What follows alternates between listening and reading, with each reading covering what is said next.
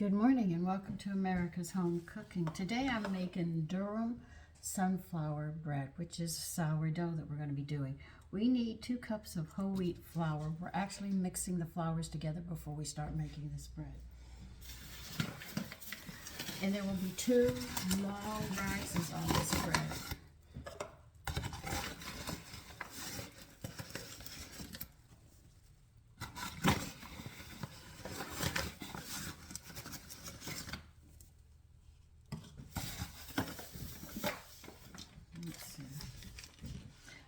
I'm using dark rye. Why did I get the rye out? What did I do? No, scratch that. Durum flour is what we need, which is used for pasta. And you might know it by another name, semolina. That is your pasta flour, though they call it durum. We don't always like you to know what they're doing. This is where they play with those names. And it drives people crazy. Well, you need 2 cups of this. Now, if you can't find it at your grocery store, you can go on Amazon and you will find, just look for Bob's Red Mill and you will find it. If you want the berries, you'll have to go to the company that makes the berries and grind it up yourself. I have so many different flours in my freezer. And berries as well, so I have a bit of a problem with mine.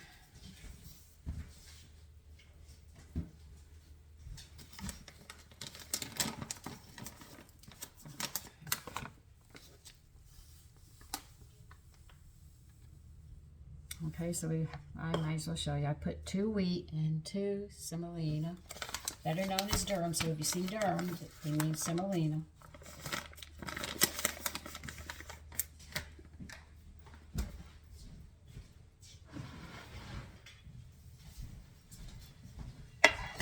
And they want 2 cups of white flour, so I'm going to use all-purpose. Now, sourdough breads are different in texture and weight, and they have much more flavor.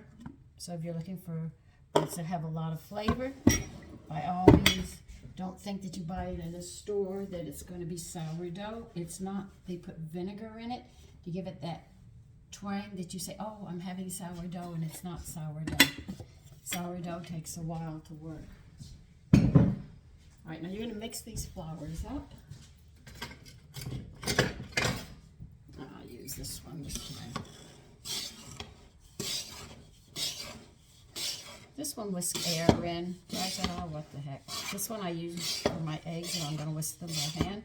Believe you me, this whisk does an excellent job. I'm going to do it here this time.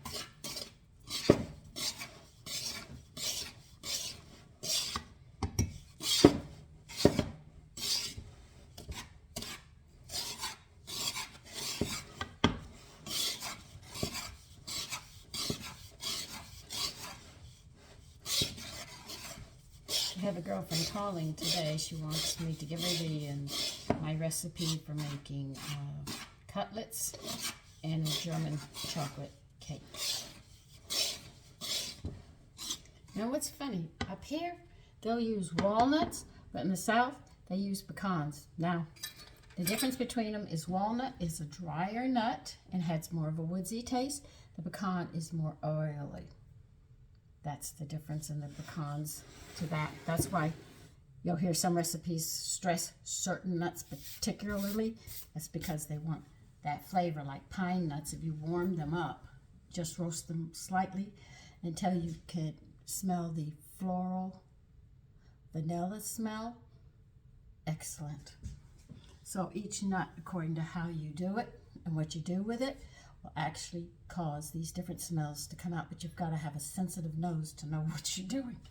And that comes with practice. That's why you see me smelling all the time. You can get all these aromas coming, and they hit your face all at once. Well, I should say they hit your nasal and just trigger everything going. All right, now that we've mixed these flours up, we have to get our culture in a bowl. So let me get my bowl, and I'll be right back.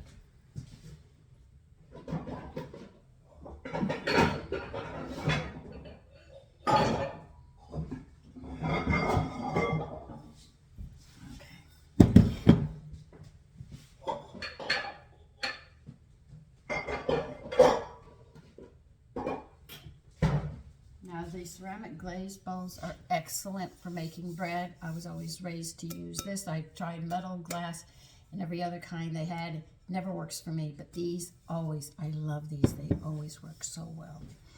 All right, so now we'll start getting our cultures together. Our culture together and get this thing rolling. All right, now we're gonna need our sponge culture. This is the one that we make first before we make the liquid culture. This one is thicker. You'll see the difference as you make these cultures and handle them, and how they each behave slightly different. How much of this do they want? They want 1/2 cup of a sponge culture. I'm going to pour it in here. Am I using any discard in this? No, because I'll have the sour taste of this already, so I don't need to add any to it.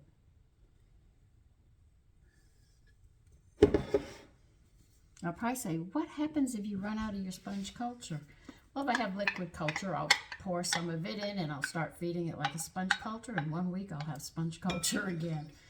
It goes vice versa. If I run out of my liquid culture and I have sponge culture, I'll put some into the jar that's liquid, add the water and flour for its ratio, and I'll end up with liquid in a week.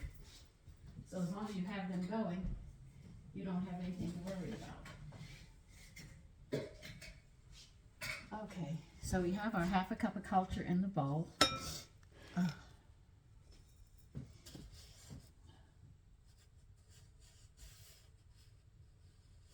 We're going to need 1 cup of water. Now, when you're dealing with sourdough cultures, you have to, for the proofing time, these 2 proofs that we do, they have to have water. They cannot have milk. They cannot have potato water. They cannot have anything but water. Always make sure.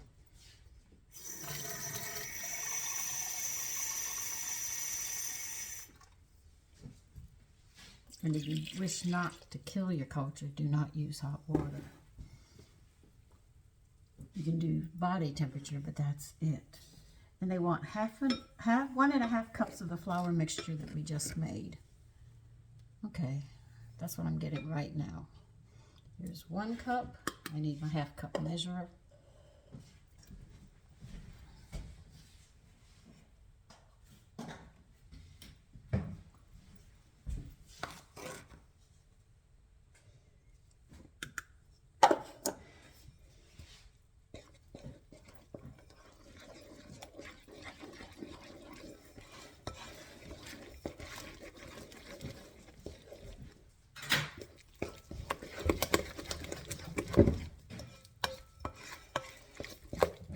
Now, because this is sourdough, you do not cover it. You don't have to worry. We're just going to put it in a warm spot. I'm going to put mine in the dining room. I have a special place where it loves to sit. And it works just fine. That's where I got my culture started, in that same spot, so it's a spot it loves. So I'm going to make sure it has it. Beat it till you get it smooth. And don't worry, the culture will love you for it.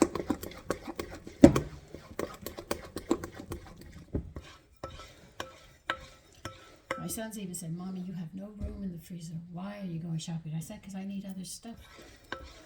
Finally found a recipe I can cook those little birds in. And we'll be cooking those tomorrow, I think. It'll be very nice. Today, we're actually having a very unusual meal.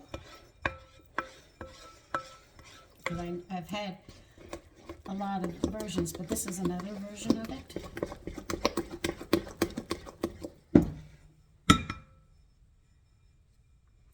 Okay, I'm going to go put this away in my dining room, and I will give you the rest of the instructions. And so I'll be right back. Just give me a minute, please.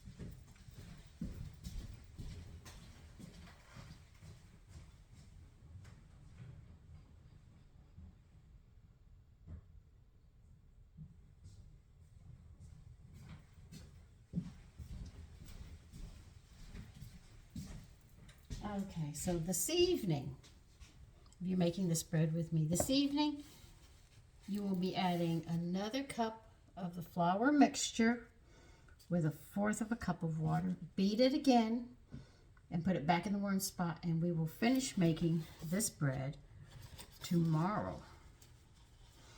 And I'm going to try to make the batard again. It'll be my third try, but this time I'm going to do it my way instead of the instructions. Now this flour mixture, put a plate over it and put it to the side. We're going to be using this evening, and we're going to be using it tomorrow morning when we make the bread. And I will see you tomorrow morning. Take care.